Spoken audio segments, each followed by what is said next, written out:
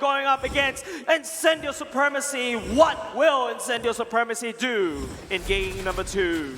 Right off the bat, I think the main win condition here from Incendio Supremacy is, okay, they went for the blue side. Getting the blue side first pick can be advantageous for Incendio, a team that really sometimes wins based on just the drafts, right? I mean, in a lot of their games, they've been winning straight off just out-drafting their opponents, like yesterday, even up against Team Hawk. Now, they're finally, wow, they are really shifting the priority in the bans here. Compared to the first game, what? These are like crazy changes. It's quite interesting because the carry is still available, and also it's these. We saw game 1, Falcon banned away the comfort strategy, the comfort pick for Apex 47, and coming to this game here, they have a choice, right? I mean, do we still target that strategy? Yes, we already banned away Rosa's Farsa, but are we gonna go to Estes or are we gonna take away carry? Oh, wow. And they decided Estes is more important. Yeah, carry left open. I think that's what Incendio Supremacy were going for, and Falcon is just saying, yeah, sure, take the carry, man. We have a lot of dive. The Kaja's still up for grabs. We know how to counter the carry with the Kaja. So Incendio, this is the big choice for them now. Do they want to go for the Yve or the carry? I think based on win rates and based on how impactful carry has been, the carry. All right. Let me put this into perspective, ladies and gentlemen. The reason why I feel like Incendio is not really inching towards the carry, even though it's like one of the top picks, the top bans throughout M4, is the fact that Zipix plays the Harif really well. You can, as a Harif, you can win in the early game very quickly because you could got tremendous amount of wave control, and then after that you could scale even faster because what carry wants to do is to run you down and just start throwing the light wheels, and because of that, Zipex on the other hand will take that carry away for themselves. That is scary. You know, when you take Kaja scary. like this, I like what you did yeah, there. That is very scary, you know, because you're giving Eve and carry to the side of Falcon. I mean, if you're talking about the creation of meta, you're talking about Justin. I mean, this guy played, he built like Athena Shield first item. Come on, that's something on Eve. Oh man, look at the compositions here. They're going straight at it. You know, I did say the 3 heroes early on, the Kaja, the Yve, the carry. The Lilia here is picked up by Incendio Supremacy because they just want to outclear the Yve in the mid lane. They pick up the Hayabusa, which I think will not work as well as their usual utility junglers, right? Because again, here, up against a carry who can actually itemize pretty defensively early on, getting a Wind of Nature second item is not uncommon at all for a carry in the lane. And also the Yve, the Fanny, there's so much, well, for Fanny, mobility, for Yve, sustainability. Yep, another thing that I would like to quote the man right here, Candyman. Candyman. Teamwork is very valuable. It's something that they've learned after being defeated by Onyx Esports, and that's the kind of adaptation that we want to look at in the M4 series, right? But another thing that we're also seeing an adaptation, technically it's an evolution happening on stage right here. Incendio feels like they're not going for that Ube strat at all. It does not look like they're going for it. I agree. Falcon, though, takes away the Joy and the Benedetta. The Benedetta being one of the comfort picks for Alien. Usually, if he doesn't get the Benedetta, he goes for the Grok. But now, Falcon, because they have first pick in the second phase, they might actually just be the ones to take it away from Alien, right? We haven't really actually seen Alien find a whole lot of success away from the Benedetta and the Grok. If he doesn't get those 2 heroes, Lapu, perhaps we could see Alien go on that, but definitely finds comfort on banning Grok. Atlas banned away, a good ban by Incendio, respecting Naomi, but with this style of composition, Falcon might actually just go for it. Yep, there you go, the Grok, taking it away from Incendio. Alien now, caught in a bit of a pickle. You can go for the Lapu, you can dive towards the Yve and the carry, but from what we know about the carry, hey, carry does not care about your damage reduction on that Lapu. Hey, you know what might be interesting? This might be a game for Moscow. You know, Moscow actually counters Fanny really well. He has a lot of damage to shred, you know, characters like carry one-on-one. He didn't lose to carry late game. And on top of it, most important things, you need to pick up the BH, you need to pick up the damage after Conjure ults. And sure enough, BH will be taken out, and BH late game is a monster if Divine Judgment is able to issue on anyone, especially Fanny. They got the Yuzong right too, right? And now Yuzong Grok. Is that the matchup that Falcon wants to play with? Or with the Beatrix here, you already have a carry that does pretty well. I mean, this matchup is like skill dependent, right? You can expect Falcon to just go for something crazy, like, I don't know, this is a bit too crazy, but Natalia has, you know, been picked before by Naomi. another choice for them might just be a Cho. We haven't seen Cho in a long time for Falcon. They go for the Lapu instead, so Grok is the roamer. Actually, I kind of like the Lapu choice for the side of Falcon. I'm surprised it wasn't picked immediately right off the bat because we've seen how much damage resistant that the Lapu can be after, you know, just spamming all the skills. Another thing to also take note about is the fact that if you bring, I feel like the Fanny needs to help to control the mid lane advantage for Falcon. The Eve will have a slower clear as compared to the Lilia. The Lilia could just burst it down and then start to support the side lanes where Incendio may be weak at. Let's take a look at the total draft on both sides right here. The win condition for the side of Incendio is Kanja taking on maybe Ken, right, to make sure to clip the wings early game, make sure he doesn't get the early game advantage, start snowball. And for the side of Falcon, can they leverage the Fanny to really break Kanja before you even get to that point? And that's something we shall find out as we go into the second game. Yep, definitely looking forward to. And I'm also kind of interested because initially I thought it's going to be a Yuzhong Grok kind of matchup, but turns out it's not going to be that anymore. But ladies and gentlemen, we're going to game number 2. Boys and girls, this could be a game changer for the side of Incendio, bringing in a different strategy. Remember, it's a best of 5 There we here. go.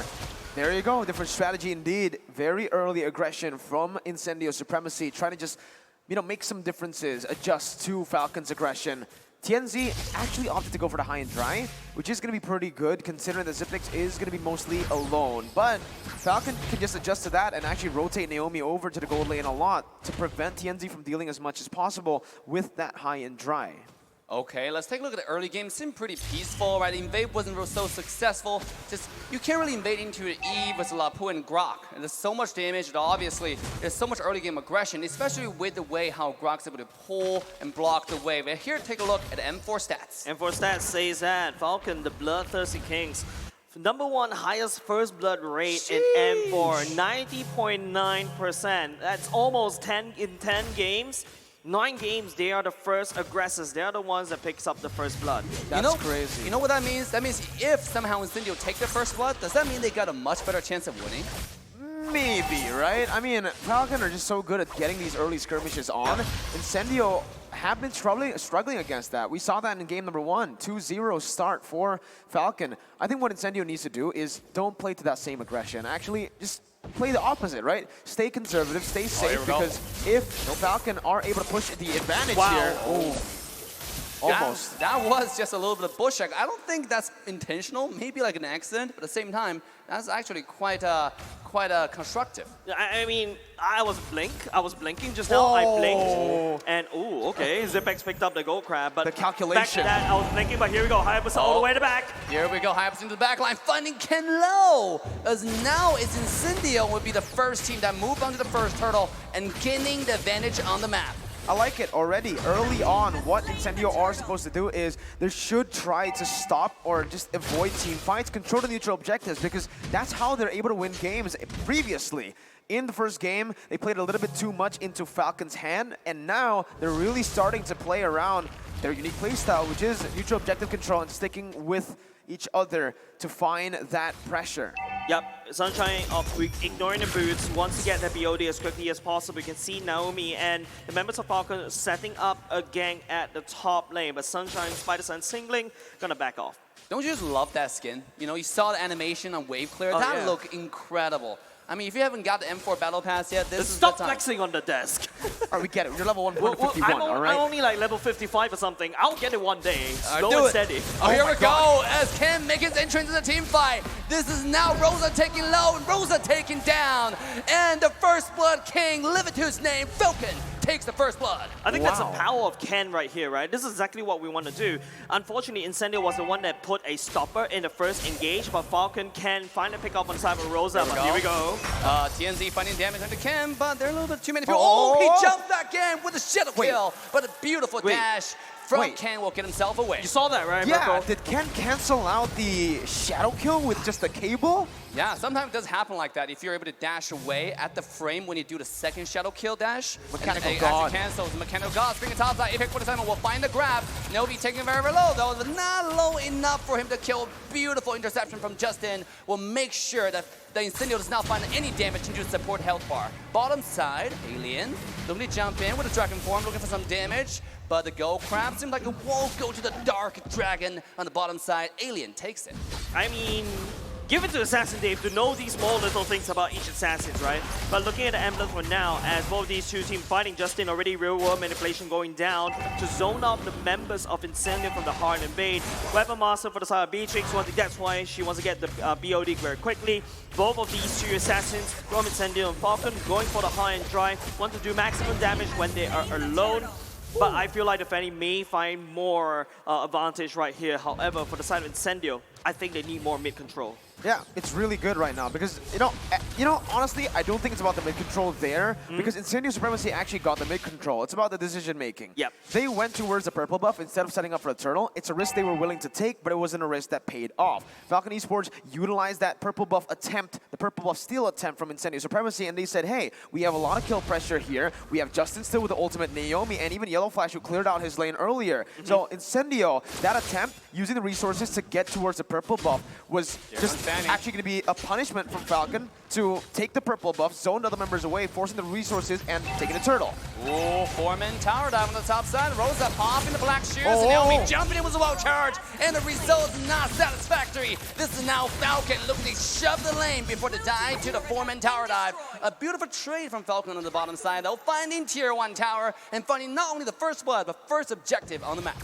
Yeah, it's worth it, right? Naomi jumping in while charged, stopping that engage for a free turret trade, but it does seem like Incendio will be able to get that turret. No, never mind. There we go. Ken coming in, doing a lot of damage to Sunshine, but with the skin buff, Sunshine's able to walk away safely. So it's worth it. It's worth it for some weird reason. But another thing that I would like to point out is TNC going for the Hunter Strike, whereas Ken goes to the Blade of Hephaestus. Usually we see the Hayabusa could also go for the Blade of Hephaestus as well, but I think TNC, what he wants to do is to be able to get them movement boosts, chase down the particular targets. But another thing that I also feel from the side of Falcon is that, yes, I know I have a weak mid lane clear. That's where Naomi comes in with the first skill, right? Just clears the way very quickly. It helps and allows Justin to rotate to match the tempo of Rosa. Oh, look at this little sneaky rotation here. Yu Zhong already find his way to the top side. Meanwhile, Ken is sitting on the bottom lane, shoving the lane. Knowing this information, are we going to see Hayabusa starting the turtle? And it seems like, no, Falcon Naomi will be the first one to pull the turtle away, gaining Falcon the territorial control on this side of the map yet again.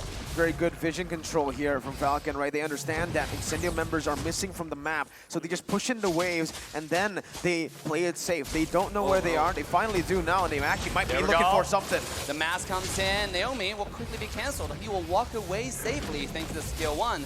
But now it's Incendio looking for the poke, looking for the damage. Yellow Flash, the bravest warrior, comes out. But he'll be quickly cancelled and pulled to the back. The Yellow Flash finding the damage in the back line, but it's Ken on the side. And he will put the damage and trade onto TNZ. TNZ still healthy enough to get away, but not so lucky for Aliens. He's diving to the back line of the Falcon.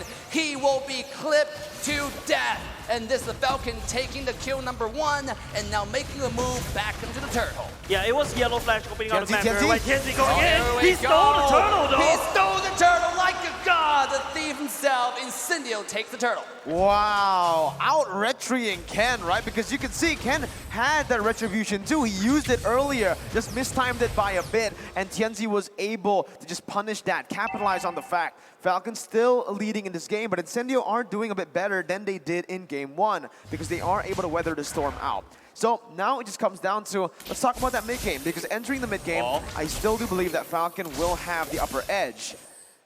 I mean, they will. But look at, I just want to point out, that's a true ninja right there, right? You know, that's when you pick Hayabusa, you have to make sure you know where Hana is, because they always come in with a skill key with a Quad Shadow and steal something. But before that, Kaja, beautiful Divine Judgment, and a nice interception onto Ken, as Incendio will shut down this beast. See? Hayabusa though, come back in.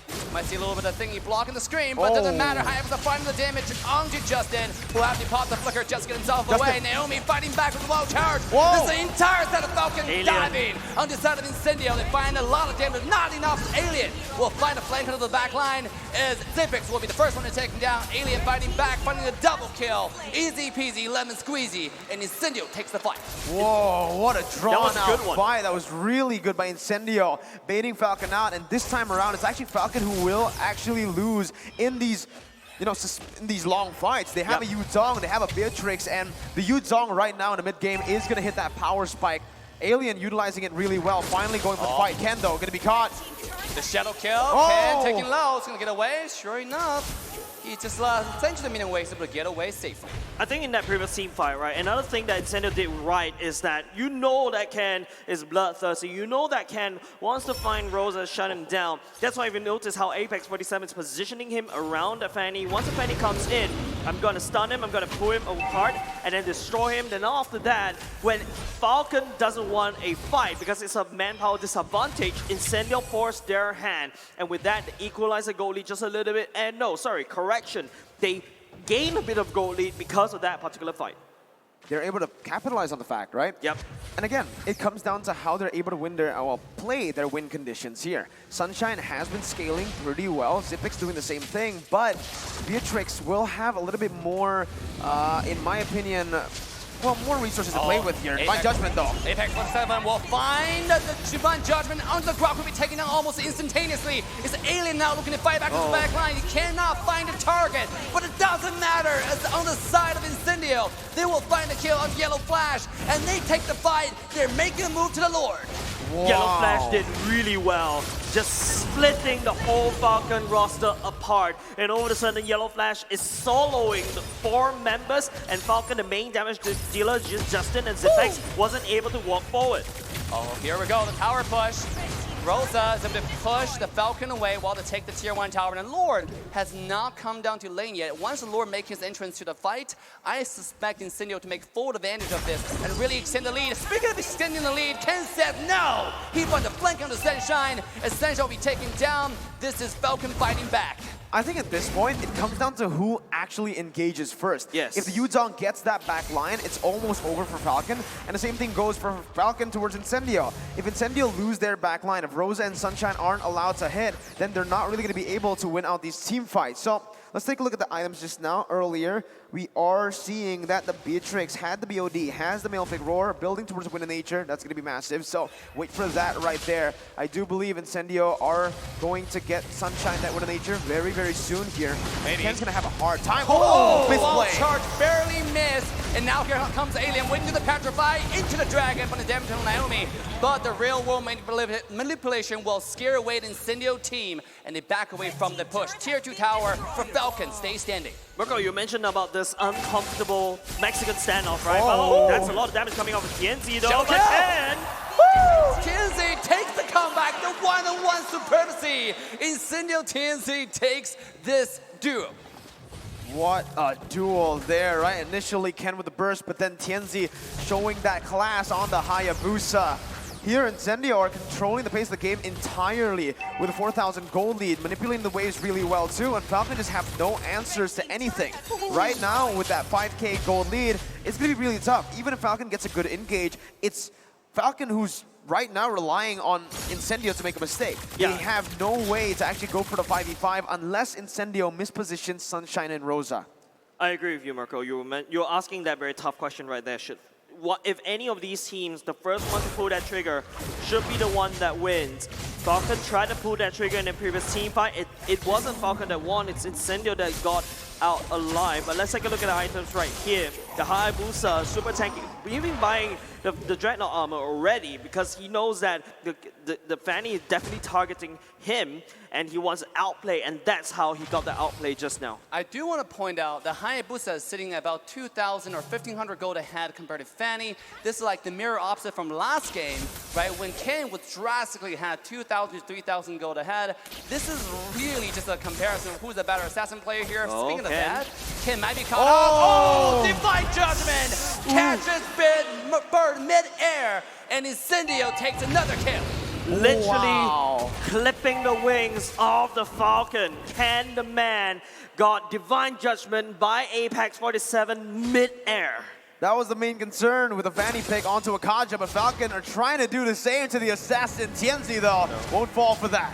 It's assassin, alien coming in though. He's looking like alien right now, jumping in with the dragon, 1 damage on the yellow flash, who is a little bit too tanky for this dive. And alien backs away. Here comes TNZ though, jumping in, just baiting a little bit of skills. But look at the position for Rosa. This guy's ferocious, coming in with a black shoe, doing the damage, but might be a little bit too hasty as he will be taken down. As Incendio does take the Lord. Danny comes in. The shadow kill will connect now onto Naomi himself, will be taken down. Killing spree goes TNZ. This guy is monstrous. Falcon has no answer. Incendio Supremacy, they're the one that picked up the Turkish Delight strategy. And the barrier game that the Turkish Delight strategy was literally forgotten, deleted, removed from the moveset. Right, Falcon doesn't know how to deal with Incendio Supremacy. And now it's only going to get worse for them, because look, TNZ was able to steal away the purple buff. Falcon with no purple buff. Ken has been struggling already up against the Divine Judgment. Now with no purple buff, it's going to be extremely hard. Oh man, Ken, that's just, yeah, I mean, against the Kaja on the Fanny, you're going to be punished every single time. He needs to be able to maneuver around the Kaja, but at this level, man, Apex is just on him, and even... Ooh. Was that alien? Man, it's just Falcon doesn't really have an answer as well. Oh, here we go. They have no other choice but to let that Lord just literally charge in. The out one random shot, you can see how Zipex just had to go back to heal. I mean, doesn't matter what it is, that took Ken low, and Ken have to walk back now. Ken's trying to find a position to angle into the team fight. Naomi into the wall charge and the flicker, finding Apex 47 with the very tanky. The reverse Divine Judgment, getting Zipex, who have here forced out of the team fight, and taken down by Alien. This guy's popping off, and Incendio is now forcefully knocking on the front door of Falcon's base. They want to fight back, they want to even up the score, and they're doing it. Yes, this is going to be... Oh, Apex 27, not enough damage, Wow. Ken! Oh, look at TNZ though, jumping in, the Quad Shadow into the skill 1. The Shuriken can't find enough damage. Sunshine, woo, with a beautiful wind of nature, is able to intercept the damage from Ken, who is able to walk away safely. You know, Rosa is that guest in your house. You invited this one friend over. Long. He stays too long, and he stays there alone. But he effectively zoned every single member from the side of Falcon, and they need to stay in the base. He can do that because he's rich. Look at his items, right? Even has the Winter Truncheon, so he has that, you know, he has that card.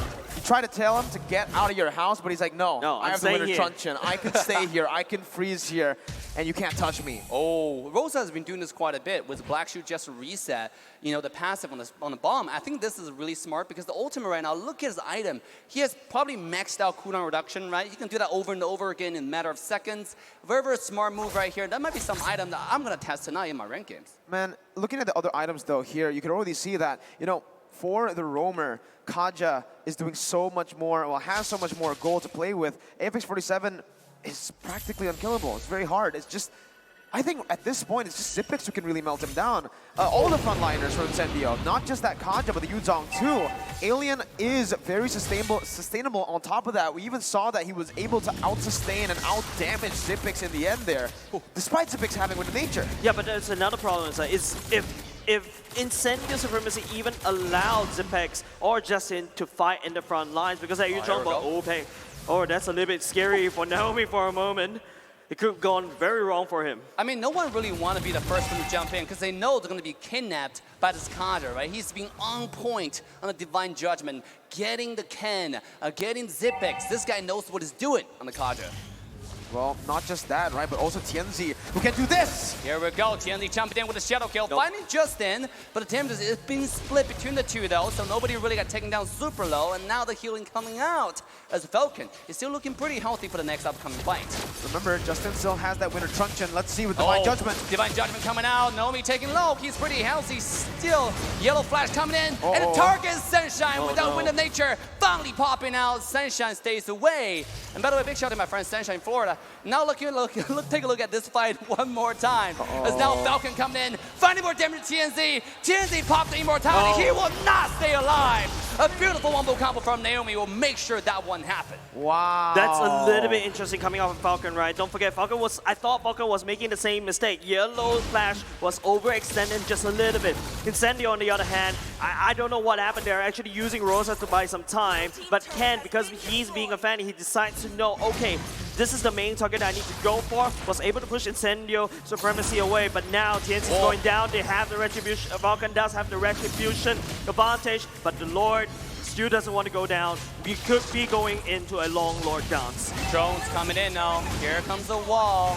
And the setup is extensive. Everybody's ready. Here comes the ultimate. And Apex 47 taking low. He does yet have the ultimate. Oh, Joby taking out first. And now Falcon making a move to the Lord. Still Apex doing so much damage. Look at him. We need the back line. He's 1v3. Who will get the Lord? And it will be Falcon fighting back, taking the Lord by what cost? That's Incendio taking 3-1 trade for kills. Yeah, Incendio, they lost the Lord, but they take 3 members. That's 43 seconds on Zipex right now, and a lot of weak members from the side of Falcon. Right now, Incendio, they can actually do this push. Oh, they can. Justin has real world. Here we go. Can they clear the way fast enough? It seemed like it might not be sufficient. Ladies and gentlemen, this is Incendio equalize the scoreboard. It's 1-1.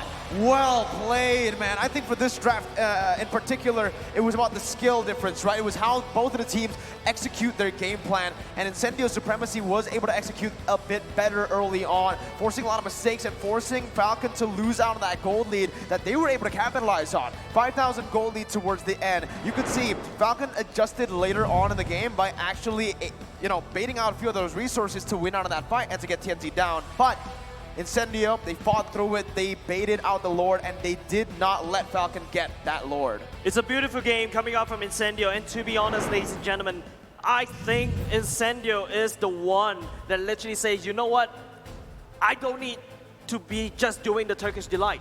I have other things, I have other strategies, and Falcon is like, technically the kryptonite of the Ube strat, but they got kryptonited themselves. I don't know how that kryptonite stuff works, but you know what? I'm very sure of M4 Battle Night goes live this January 21st. Expect loads of events and rewards up for grabs in-game. First of all, what you have to do, complete a battle task in the game on January 21st to get a skin choice chest. You can then choose the skin that you like most from the chest, and aside from that, battle bonus awaits for you on the same day. Play matches and you get team star protection for 3 matches, double the star raising points, double the protection, double the XP, and double the BP for 5 matches in a row. We are not stopping there, ladies and gents. Free access to all the heroes and loads of epic skins, which will also be available on that very day. So save the day, log into the game on January 21st, enjoy the match, win tons of rewards, and let's all celebrate M4 Championship together, including with your friends. Yeah, we're all friends, so we're celebrating together for sure. Friends? I think so. The Valley did.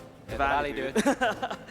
But of course, we'll be going into the analyst stand. It will be giving you the breakdown on how this game comes into advantage for Incendio Supremacy. Analyst, take it away. Hello guys, welcome back. Arashi, Gideon, and Wolf back here again. What a second game. A bit of an upset, not what we were expecting. As a Falcon supporter, Gideon, what happened? Honestly, you have to admit that Incendio Supremacy has some really strong and good ideas. They know how to kind of push their advantages, but more importantly so, they know how to identify who is the most important person to take out in those earlier stages of the game. And they also Incendio Supremacy took advantage of the fact that Falcon kind of felt very aggressive after winning game number 1. You saw how confident they are diving into turrets. There was one big punish coming out from the Kaja. It was Apex 47, knocking down Ken, and that was the start of the big momentum shift in Incendio's favor. And then eventually afterwards, they tried to just make the better trades. What you saw the team fights, they're not overly diving into the opponents while they're inviting Falcon into their bubble so that they themselves can win the team fights. I mean, it's a crazy game, and I think for both teams, the itemization was very, very much on point as well. So we'll take a look at that in a short moment here. But do you think it's just about execution, Gideon, or is the drafting? Because we saw in the first game, that the Kadita was just a huge problem, and now that Justin's on a Yves, something a bit more passive, is that a big issue for Falcon as well? Well, I think we have to take a lot of things into consideration, right? When we are looking at this particular draft coming in from Falcon Esports, I think Yellow Flash could have played a much bigger part of it. And honestly, Yellow Flash needs to recognize I felt like he was playing slightly below average on this particular game because he can actually force out a lot of important spells coming out from Incendio. One of which Sunshine's Flicker, for an example, making him more susceptible to Ken, able to maybe even bait out the Divine Judgment from Apex 47 if he times it right, or at least take away the Black Shoes from Rosa, minimizing the resources of Incendio. I think when we're talking about the draft, right, there's just so much value that this Kadra pick gave for Incendio Supremacy, and it is a combination of both Incendio like thinking that we should take the Kadra, and as well as the fact that Falcon kind of gave it to them. Look at their first pick, Carry and Eve.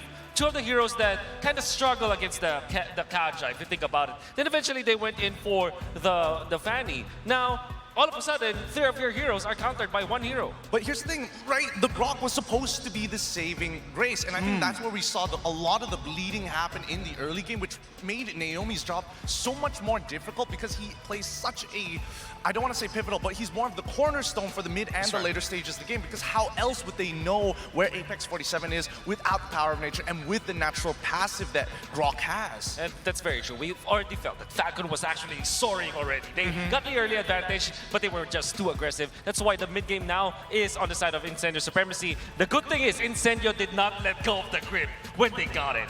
Exactly. I mean, they have all the tools available, and on the other side, Falcon seems to have very few tools left to try and make those big plays happen. So you think they can just adjust something in the drafting phase for the next time? Because again, with so many heroes countered, it just doesn't seem like the wisest of ideas. Well, I mean, to be fair, we did see glimpses and moments where Falcon were looking like diamonds here. They had some really good engages, and especially around that lore pit, it looked so great until they turned around. It could have been desperation, but I think it was well thought of. They didn't expect to lose that many people. I think that in this game, there's a lot of things that we already learned from both teams. For one, we know that Falcon wants to play aggressively. Second is Incendio Supremacy. They can even like ditch the Ube strategy that they're doing, the Turkish Delight. They can play aggressively themselves, and that's what we saw in game number 2. Well, for game number 2, though, the MVP is going to be Sunshine. 6-2-4 with a 77.5% kill participation. This man was doing a lot of burst damage, but a lot of DPS as well. And I think the positioning of his ultimates was very critical in that game. He needs to splash 2 or 3 people, and as soon as you hit more than one person, it's just cash money all the way. I think the usages of the Wind of Nature as well is very smart from Sunshine.